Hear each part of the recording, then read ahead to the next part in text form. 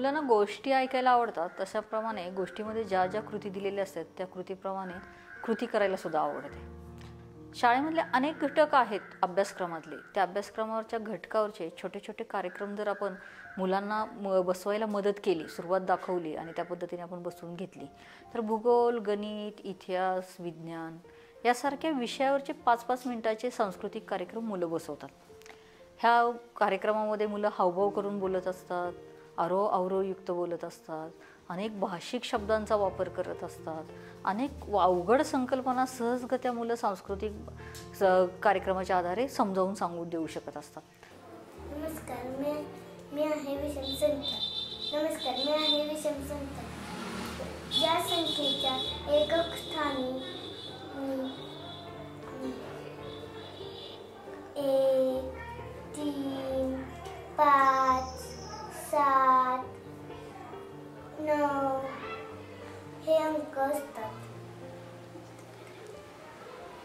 माझे पूर्ण भाग समान होत नाही. नमस्ते, मी आहे संयुक्त संख्या. ज्या संख्येला भाग जातो त्या संख्यांना संयुक्त संख्या म्हणतात. 12, 4, 15, 24, 34 ही सगळी माझीच रूप आहेत. सांस्कृतिक कार्यक्रम ज्यावेळेस मुलं बसत असताना त्यावेळेस ते बसवत असताना जीव ओतून त्यातल्या छोट्या छोट्या संकल्पना स्वतः समजून घेऊन ते सादर करत असतं. याचा फायदा असा होतो की अवघड संकल्पनाही सहजरित्या सर्व विद्यार्थ्यांना समजल्या तर जातात. जे मूल कार्यक्रम सादर करतात त्या मुलालाही अवघड संकल्पना समजतात, त्याचबरोबर समोर जे पाहणारे विद्यार्थी असतात त्यांनाही त्या संकल्पना सहजतेने समजतात.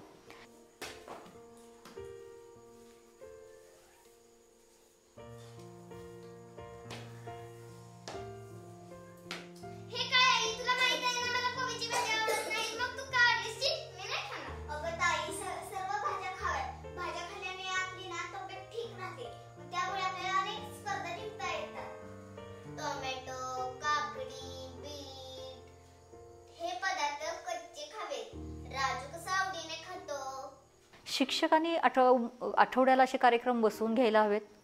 महिन्यातून एकदा ह्या सर्व कार्यक्रमाचं सादरीकरण सर्व पालकांच्या समोर करून घ्यायला हवं, की ज्याच्यामुळे मुलांना ते काम करण्यामध्ये, ते नाटक बसवण्यामध्ये, तो सांस्कृतिक कार्यक्रम बसवण्यामध्ये आनंद तर मिळेलच आणि त्याचबरोबर प्रोत्साहन पण मिळू शकेल आणि एखादा घटक चांगल्या पद्धतीने समजण्यासाठी मुलांना त्याची मदतसुद्धा होऊ शकेल.